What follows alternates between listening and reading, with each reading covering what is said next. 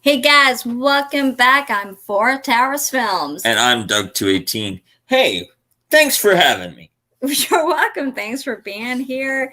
We have returned after a long hiatus for Masterchef Canada.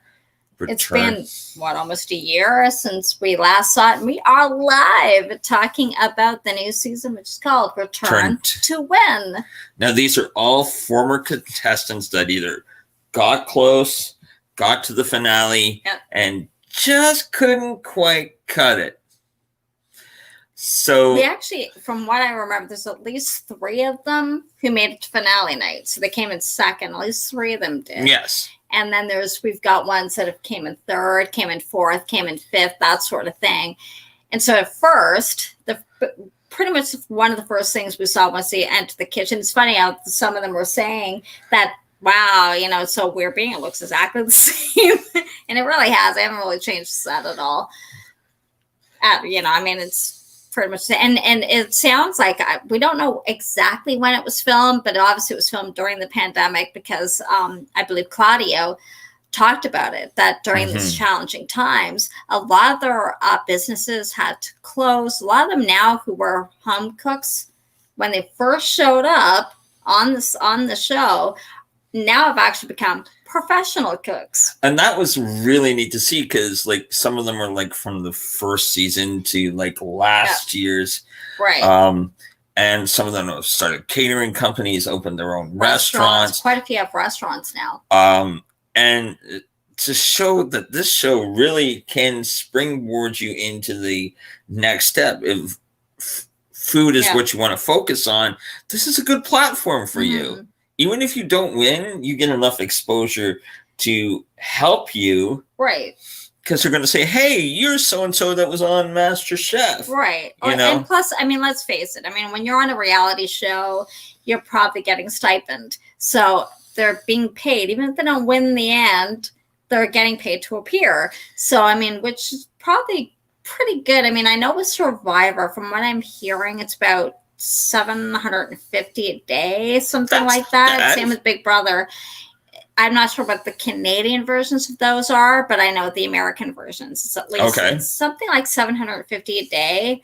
So, and I know with Survivor, it used to be, depending on how long you were there, the more you made. So it was the first 3 days, was $2,000 or $3,000 and so on. Ooh. So I'm, something like that, all the way up to winning the $1 million. Oh, wow. So, it's the same things with this. So even if they don't necessarily win, and none of them have, so they still want its exposure.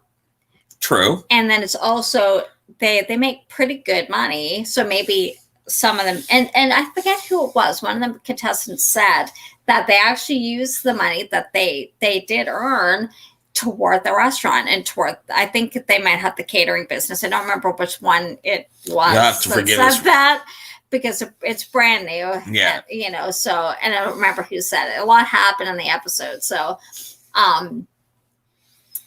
which makes sense that they could do that. So, when, of course, they all came in, and you're learning, that some had restaurants and that, and because of the pandemic, a couple of them had to close. Well, at least to indoor dining.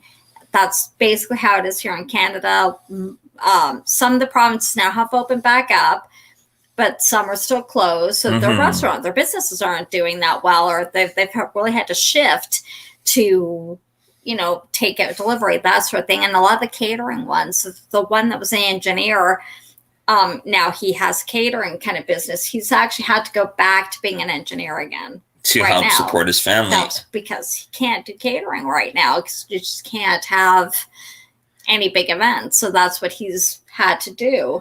And last year's runner-up, he was working as a hospital cleaner, if you remember. Yes, I remember. And he's still doing that.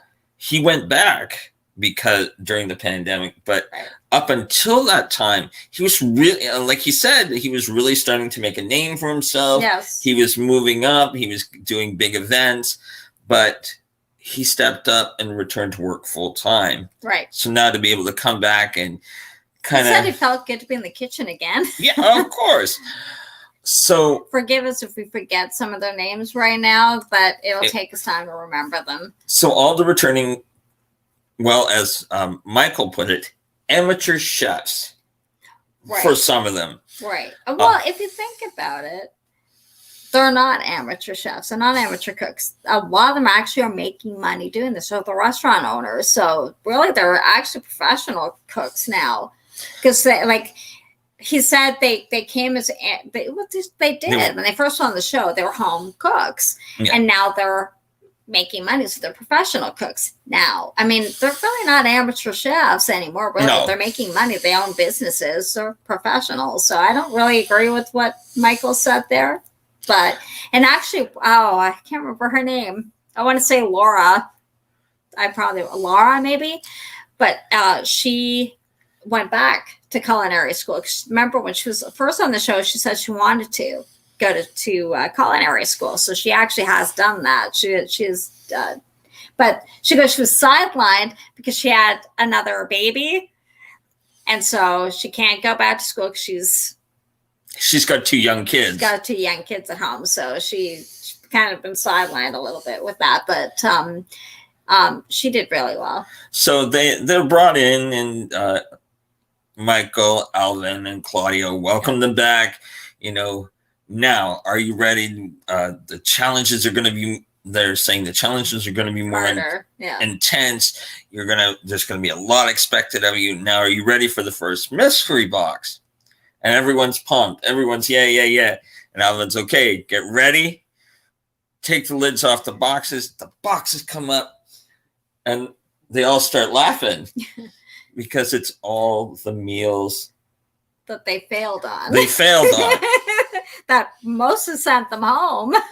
And so Alvin more or less tells them that they have to reinterpret the plate that sent them home. Right. And some of them had some really grand ideas, some interesting takes on things. Some of them took what they had done and then just kind of really changed it. Mm-hmm. And gave it a maybe more elevated way that they did it before. A couple that I can think of is Dora, who's from season 1. She had done, it almost looked like a sub sandwich. It was or pulled pork, I think it was initially. They showed them actually kind of from that season with that dish that they didn't do well with. So she had done, I think it almost looked like a sub sandwich, but she reimagined it into like a po' boy, which is kind of similar to what she'd done before, really. Yeah. But just the flavors, she changed flavors up a little bit. So she kind of didn't do much different than what she had done previously. And the other one who did something very similar, but he actually did it better, I think his name was Andrew. He's only from a few seasons ago. He came in second, and he had done a lobster, and they had told him initially that it was like drinking seawater. So I think that was Alvin who told him that. And so he redid it. It was lobster. So he redid it. And actually, he had run into a little bit of problem when he was cooking the lobster because it actually came out raw. Mm-hmm. So he took it out of the shell and put it in butter and then finished cooking it. And they actually really liked it. So he elevated what he had done previously. Mm-hmm. And there was another gentleman that he was known solely because for his sweet, because he was a baker. He was a baker. And he said, I wanted to expand my skill set into savory. Right. And so he did And he actually owns bakery now. And he actually did dim sum, savory dim sum in 3 different ways. And even Claudio said to pull off dim sum successfully in such a short time frame. It's difficult. They only had an hour. And so you can really see from where they were to where they came. Because they showed, and he did something similar. I mean, that's the whole kind of premise, is that they they had to take what they had failed on and somehow change it so that it was better now than previously. And so I think he had done dim sum or something like that then. And I don't remember what it was they didn't like about it. It was something the flavor wise. And so, or he'd done something, I can't remember, but I guess I don't remember exactly what he'd done, something like it anyway. And so they were actually impressed at what he had done this time around. Another gentleman had the dish that sent him home, he said it was eggs in 3 different variations. Right, yes. And the one that sent him home was the poached egg. It was overcooked. Overcooked. So he made a dish that was, as it translated to, eggs in purgatory. Right. I believe it's a Southeast Asian dish. I believe, or an Arabic or an Arabian dish, something like that. Something to like that, and it's you could see it was stressing him. Yeah, he's like, please. He was worried that he'd overcooked the egg again. Please let it be. Let the yolk be runny. And Michael took the fork, split that yolk, and it rushed out into the rest of the food. And it's funny, Michael goes, your eggs are no longer in purgatory. And just to watch him do that, whew, it just shows you their skill set has greatly improved since they were on the last. I mean, some of these, it was a few years ago that they were on. So, I mean, that's pretty good. Some of them, it's only been about a year or so. Well, to see, like, even the judges were commenting, like, their skill level at this point is phenomenal. Yeah. And so it was kind of, they were nitpicking in the first episode 1, which usually they don't do. There's usually more major things that have gone wrong with their dishes, especially right now. But I mean, these are people who are coming back. Yeah. It's called Return to Win. So I mean, these are people who've been on it before, so they already know what to expect. And most of them have already transitioned to a career in food. So they're technically not really home chefs anymore. No. So I guess they've learned really what to expect and how to make it better, kind of thing. So, and then they had, what was it? The added pressure of, okay, at the end of this, one of you's going home. Right. One of you's going home, Yeah. And so you've come back to kind of redeem yourself. Well, I mean, they know that going in. I mean, right from the first episode, there's going to be somebody who goes home right after. So they didn't do, but usually, they'll do the mystery box and then they'll do another challenge, the elimination challenge. So, but they didn't do that this time. It was just a mystery box challenge. So, I mean, that's a little unusual that they didn't do also an elimination challenge, because normally when they do the mystery box, they'll earn, like, the one who wins it can earn like a benefit or an advantage, or they don't have to cook kind of thing in the elimination. But they didn't do an elimination. This was our elimination challenge. So do you remember his name who won the forgive us, guys, it's forgive us. Normally we have it written down, but that's, it's one of those days kind of thing. And there's like 16 of them, so it's hard to remember. I mean, some of these people haven't been on the show in a long time. But we were sitting there going, they look familiar. They look familiar, but it takes us a little bit to remember their names off the bat, kind of thing. And we normally have this written down. If you've watched any of the shows before, you know that. We're better prepared. But we'll get there. I believe Andre? It might, I think so. What was his dish? It was uni in a like a wonton shell that he deep fried. He's the cleaner. And it was beautiful. Oh yeah, beautiful. It was in a amuse bouche. And like everyone else is doing like full on plates, and he's doing a tasting. And so after everyone had been tasted, they said, "Okay, he's got it. Yeah, he won it." Yeah.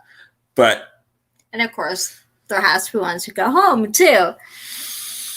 I guess the one, I mean, we kind of knew who would be the bottom three. One was Dora, who's the one who did the po' bar sandwich. She's from season 1. Marissa, who did almost similar to what she did back when she was first on the show, because initially she had done about 3 different plates of food. But there was no connection. And then they said that it was kind of clunky. And she kind of did the same thing again. Like, they kind of liked the flavors. Mm-hmm. But again, they told it was too much. Like, again, she did about 3 different plates. So she didn't really change up what she'd done from the previous time. Like so Claudia Marissa was on the bottom 3. And then,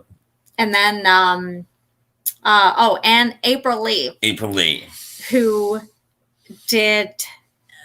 With her, she had technical issues. She tried to do like this mousse, and it split. And this on a like a cracker, almost. A cracker kind of thing. She did, so she kind of had to change it up how she did it. So she was on. They liked the flavors, but the presentation wasn't any good. So really, it was the same with Dora. They didn't like the presentation. They thought she should have made her own bread. But granted, she didn't really have a lot of time to make her own bread. It takes a little while to make bread. And she did a lot of it was with the flavors for.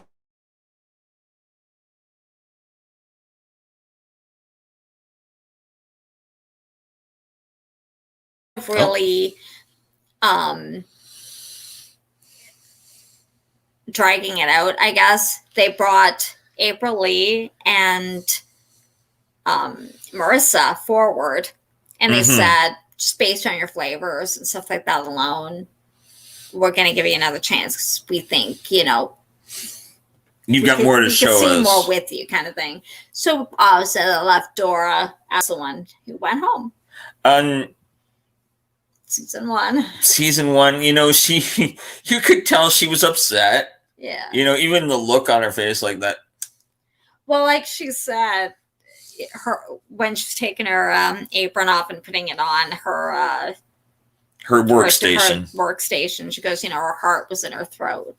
It was a long time ago she was on, but 6-7 years ago, like this would be season 7. And, I understand, but she's, like she said, she's going to be back. She's not going to give up. Oh, yeah. No one ever wants to be the first eliminated. No, of course not. No one ever wants that, but.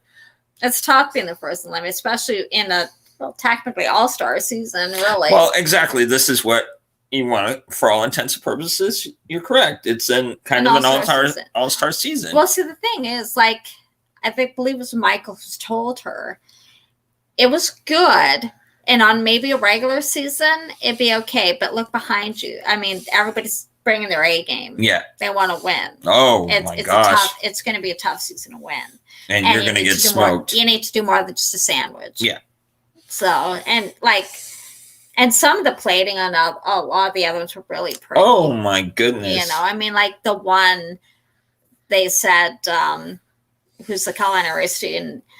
They said that's like finale level cooking on day 1. So, well, and so it shows Michael said, you better bring your A game. You better be ready because there's competitors behind you. I actually liked and really enjoyed this first episode. I thought it was neat to bring back the plates that. Sent them home. They haven't been able to do that before, because, there's always just been brand new contestants. So it was cool that they actually were faced with reconstructing what sent them home. Yeah, and it'd be like, oh my god, coming face to face with a ghost. From your past, and you didn't want to dig up. I thought I'd buried it and left it behind. Here it is again. What will be interesting to find out is what's the advantage he won?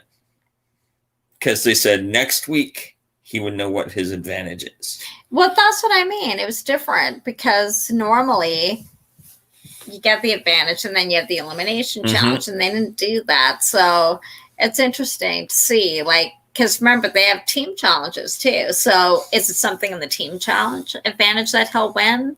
Because sometimes it's that they can pick their own team, or that they're a team leader, or that they don't have to cook, or they're a safe film elimination. So we don't know. They didn't reveal that what he would have won as a his advantage or some kind of a benefit for. What do you guys think? Next week? It depends, because is it a team challenge? Is it an elimination?